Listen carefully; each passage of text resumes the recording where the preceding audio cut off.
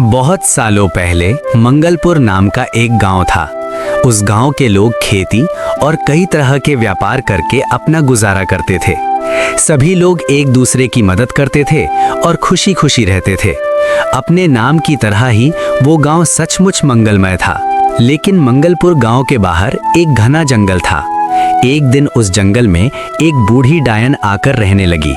वो रोज रात को गांव में आती और भेड़ बकरियां व पालतू जानवर पकड़कर जंगल ले जाती और उन्हें मारकर खा जाती थी।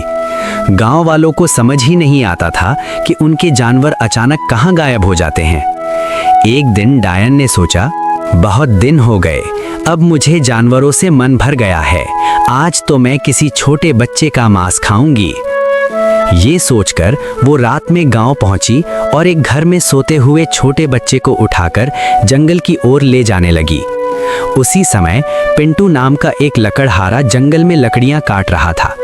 उसने उस बूढ़ी औरत को बच्चे को लेकर जाते देखा। उसे शक हुआ क्योंकि उसने उसे पहले कभी गांव में नहीं देखा था। पिंटू चुपचाप उसका पीछा करता हुआ उसकी झोपड़ी तक पहुंच गया। डायन अपनी खुशी में बड़बड़ा रही थी, आज तो बहुत मजा आने वाला है। झोपड़ी का दरवाजा थोड़ा खुला था। पिंटू ने दिमाग लगाया और दरवाजे पर दस्तक दी और बोला, कोई है, थोड़ा पानी मिलेगा? डायन ने सोचा कि जल्दी से पानी देकर इसे भेज देना ही ठीक होगा। उसने पिंटू को वहीं रुकने को कहा और पानी लाने बाहर चली गई। जैसे ही डायन बाहर गई, पिंटू ने फुर्ती से बच्चे को उठाया, झोपड़ी के बाहर ले आया और उसे जल्दी से गांव की ओर भाग जाने को कहा। बच्चा तुरंत गांव की तरफ दौड़ पड़ा। कुछ देर बाद डायन लौट आई। पिंटू से बातें करते हुए डायन बोली, मुझे छोटे बच्चों का मांस बहुत पसंद है। मैंने गांव से एक बच्चा उठाकर लाया था। पिंटू चालाकी से बोला, मुझे भी छोटे बच्चे खाना बहुत पसंद है और मुझे तुम्हारी ही झोपड़ी से छोटे बच्चे की बू आ रही थी। मैंने ढूंढा तो बोरी में एक बच्चा मिला और मैंने उसे खा लिया। बहुत ही स्वादिष्ट था। ये सुनते ही डायन को बहुत गुस्सा आया। वो झोपड़ी में दौड़ कर गई, लेकिन बच्चा कहीं नजर नहीं आया।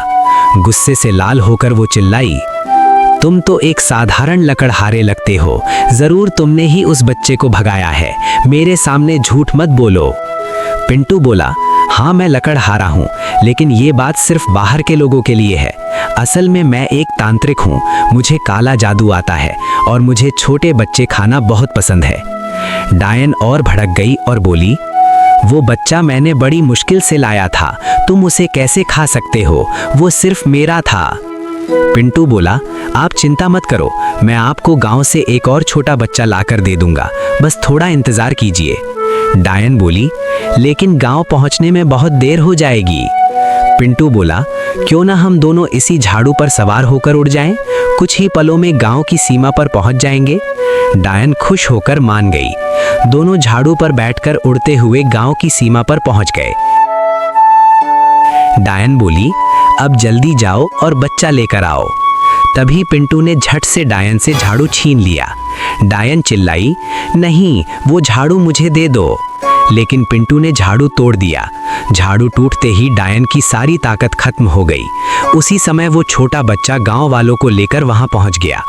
गांव वालों ने मिलकर उस बूढ़ी डायन का अंत कर दिया। इसके बाद सभी ने पिंटू की बहुत तारीफ की और मंगलपुर गांव में फिर से खुशी और शांति लौट आई। तात्पर्य, कितना भी ताकतवर दुश्मन या संकट क्यों ना हो, अगर हम बुद्धि और संयम से काम लें तो हर समस्या का समाधान अवश्य निकलता है।